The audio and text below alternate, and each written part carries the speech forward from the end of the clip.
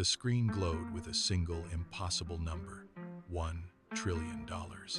The monkey stared at the digits, counting the zeros twice to be sure. A red banner flashed at the bottom of the display. Spend every cent in 24 hours or lose it all. He let out a sharp, jagged laugh. He had spent his whole life chasing money, and now it was a burden he had to discard. He sat up, his chair scraping against the hardwood floor. He pulled up a calculator. 86,400 seconds in a day. He crunched the numbers again. To hit zero, he had to burn through $11.5 million every single second. The laugh died in his throat. He leaned closer to the monitor, his breath fogging the glass. This was not a windfall. It was a race against time itself. He looked at the clock. The seconds were already ticking away. He reached for the keyboard, his fingers hovering over the keys, paralyzed by the scale of the task. $11 million a second. Every blink of his eye, every shallow breath, was a fortune slipping through his fingers. He needed a target, something massive, something immediate. He started to type. He clicked buy on a private jet, a yacht, and a palace in Dubai. The confirmation screens flickered green. He checked the balance.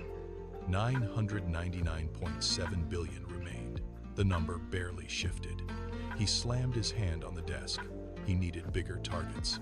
He navigated to the stock exchange portals, targeting Apple, Google, and Aramco. He typed the bid for a controlling stake in each. His heart hammered against his ribs as he clicked the final button. The screen turned white.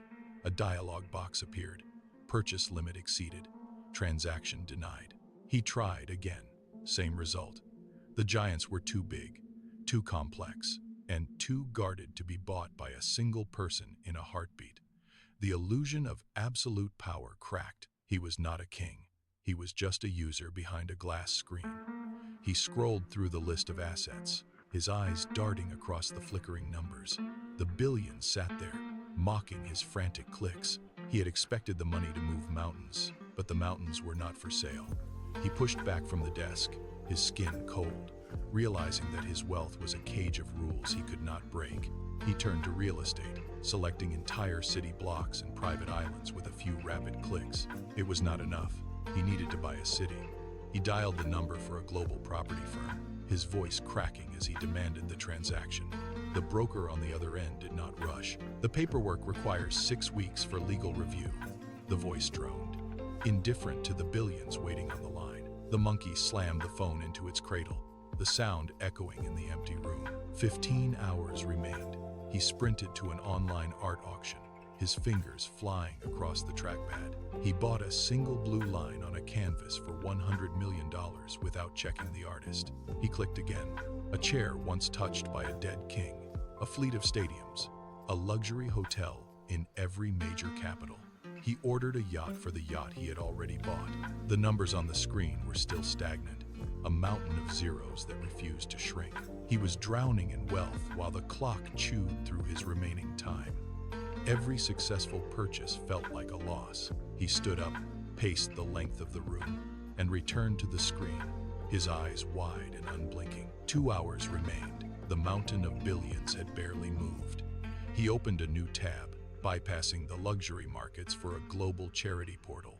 He typed the total remaining balance into the transfer field. $1 billion.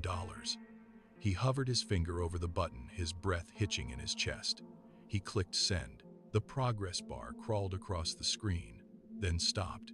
The screen turned black, save for a single, pulsing red box. An automated voice filled the room, cold and clipped. Suspicious activity detected. Account access suspended. He lunged for the keyboard, fingers smashing against the keys, trying to override the command. Override. Process the transaction, he screamed at the screen. The voice repeated the warning, unmoved by his rage. Please visit our nearest branch for identity verification. Security protocols are mandatory. He grabbed the phone, dialing the bank's emergency line, but the line was dead. He shook the device, threw it against the wall, and watched it shatter.